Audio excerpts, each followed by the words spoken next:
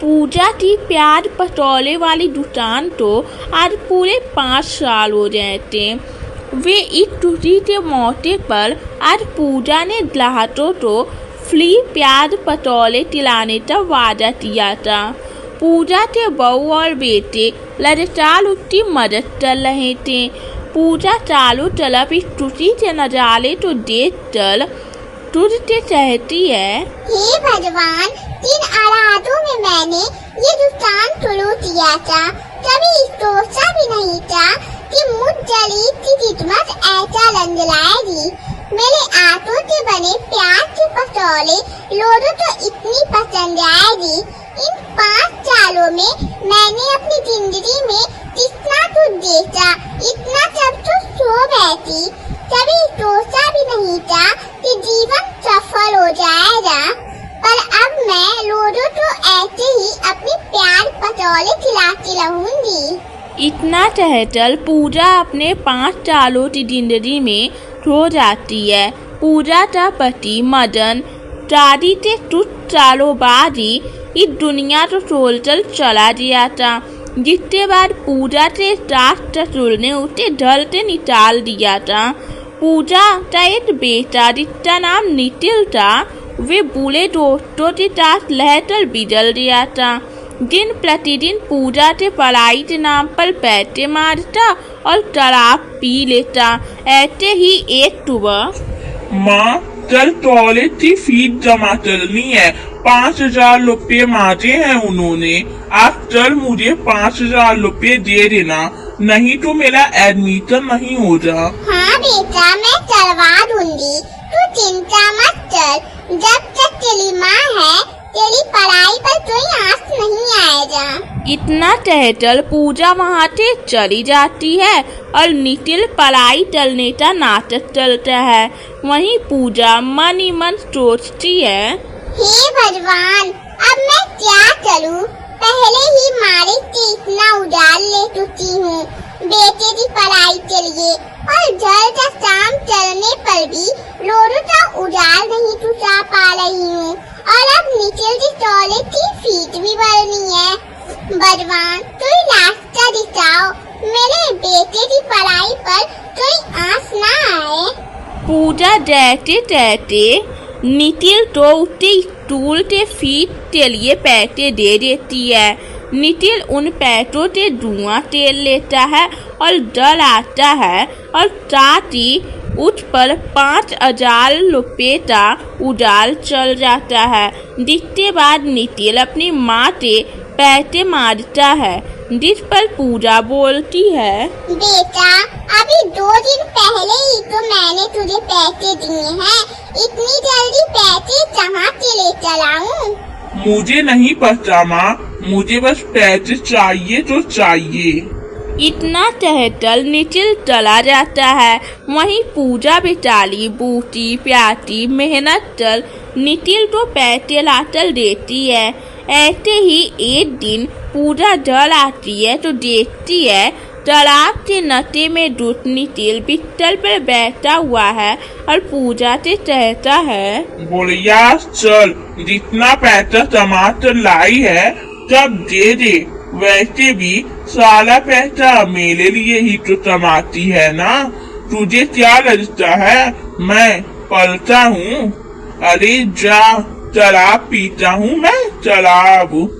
नितिल, मैं दिन रात मेहनत करके तुझे पढ़ाने लिखाने के लिए ये सब कर रही हूँ, और तू शराब पी रहा है। मैंने कभी सोचा नहीं था कि तू ऐसा करेगा। इससे पहले पूजा और तो कह पाती, नितिल वहीं दिल जाता है। बेचारी पूजा अपने बेटी का ये हाल देखकर हैरान हो जाती है। वक्त गुजरता जाता है। पूजा के डर के हालात अब बहुत बुरे हो जाते हैं। नितिल अपनी पसंद की एक लड़की से शादी कर लेता है, जो बेहद दमंगी और 1 नंबर की चामचोल थी। बहू के आ जाने के बाद तो पूजा की जिंदगी जैसे बर्बादी हो जाती है। ऐसे ही पूजा एक दिन गांव के मालकिन के खेत में प्याज निकालने का काम चल रही होती है। एक शाम जब पूजा प्याज लेकर मालकिन के घर जाती है तो मालकिन उससे कहती है, अरे पूजा, आज मेरा प्याज पकौड़े खाने का बहुत मन चल रहा है। तुझे बनाने आती है क्या?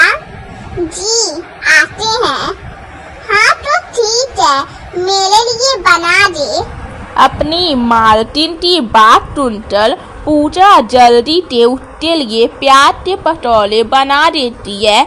जिसको चाहकर उसकी मालकिन बोलती है, अरे वाह पूजा, वाह, तेरे आंखों में तो जादू है, जादू। सच में आज से पहले इतने स्वादिष्ट प्याज के पकौड़े नहीं खाए मैंने। तू इतनी अच्छी पकौड़ी बनाती है, मुझे तो पता ही नहीं था।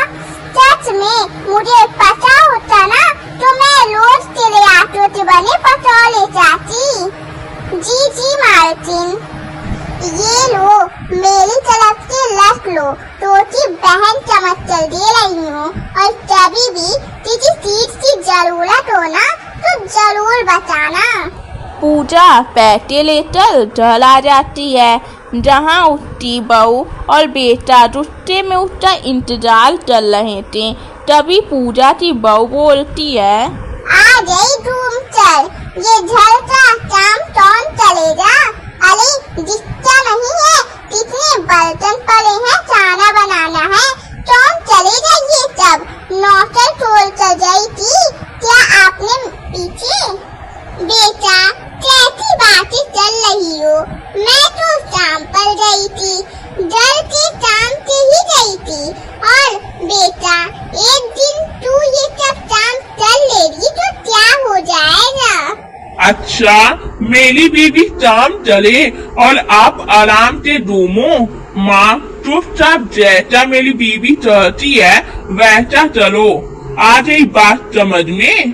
पर बेटा, मैं भी तो तेरी माँ हूँ। मैंने भी 9 महीने तुझे अपने पेट में पाला है, और 2 दिन की आई तू अपनी बीवी पर ध्यान दे रहा है, लेकिन अपनी माँ पर ध्यान नहीं दे रहा है। जिसने तुझे पाल पोस कर इतना बड़ा किया, उसका जरा भी ध्यान नहीं तुझे। अपनी ये सारी बातें ना अपनी जेब में रख तो सासू माँ। आ गई ना बात समझ में? काम चलना है तो चलो, वरना घर से निकल जाओ। और ये क्या, इतने सारे पैसे कहाँ से मिल गए आपको? अच्छा जी, आपने स्टोरी चलना शुरू कर दिया है। ये सारे पैसे मुझे दे दो और निकल जाओ इस घर से। इतना कहकर पूजा के बहू और बेटा उसे घर से निकाल देते हैं। बेचारी पूजा भेजल होने के बाद इधर उधर घूमने लगती है।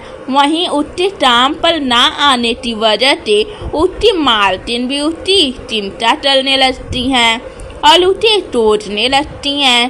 तभी एक मंदिर के बाहर बूझ प्यास से तड़प रही पूजा उसे नजर आती है। तभी उसकी मालकिन उसके पास जाती है।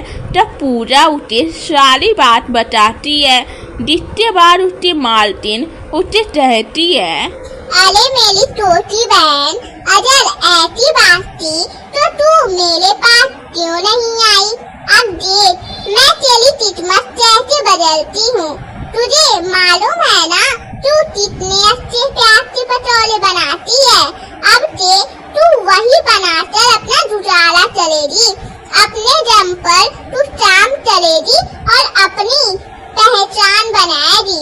और बलवान है ना, सब देख रहे हैं। देखना तेरे बहू और बेटा कैसे तेरे पास आते हैं। इतना कहकर उसकी मालकिन पूजा को अपने साथ ले जाती है और पूजा को एक छोटी सी प्याज पकौड़े की दुकान तोड़वा कर देती है। पूजा के आज के प्याज पकौड़े लोगों को बहुत पसंद आते हैं। पहले ही दिन से पूजा की दुकान पर ग्राहकों की भीड़ लगने लगती है। ऐसे ही एक दिन पूजा के दुकान पर उठती मालकिन आती है और बोलती है, देख पूजा, मैं बोलती थी ना कि तेरी तुझसे पहचान होगी, तेरा नाम होगा, देख ले, और चला तेरा ही नाम है, और तेरे इस प्यार के पटोले के नाम तो और जगह है, देखना तेरा नाम और आगे बढ़ेगा। जहाँ एक तरफ पूजा का दिन प्रतिदिन नाम हो रहा था, वहीं दूसरी तरफ पूजा के बहू बेटे तो अपनी गलती का एहसास हो गया था।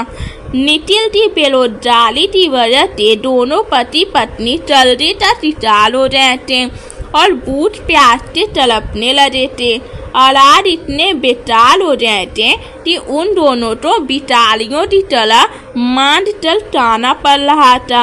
ऐसे ही एक दिन मांझते मांझते दोनों पूजा के जली प्याज पटोले वाले दुकान पर आ जाते हैं। पूजा उन दोनों को देखते ही पहचान लेती है। तभी निटिल कहता है, मुझे माफ कर दो माँ, मैंने तुम्हारे साथ बहुत गलत किया है। अपनी पत्नी के पीछे लड़कर मैं ये भूल गया चाची, आप तो मेरी जिंदगी में बलवान थी। मैंने आपके साथ बहुत गलत किया है और ये तो हम दोनों पति पत्नी की हालात क्या से क्या हो गए हैं। ऐसी जिंदगी के तो मौत ही अच्छा है। हमें माफ कर दो माँ, हमें माफ कर दो।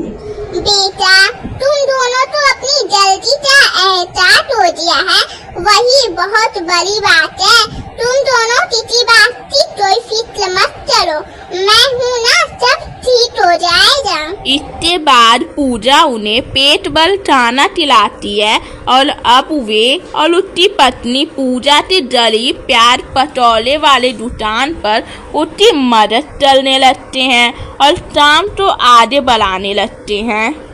सफर तो मुश्किल था, लेकिन इस सफर में कई सबक भी मिले, अच्छे बुरे की पहचान भी हुई और ऐसे ही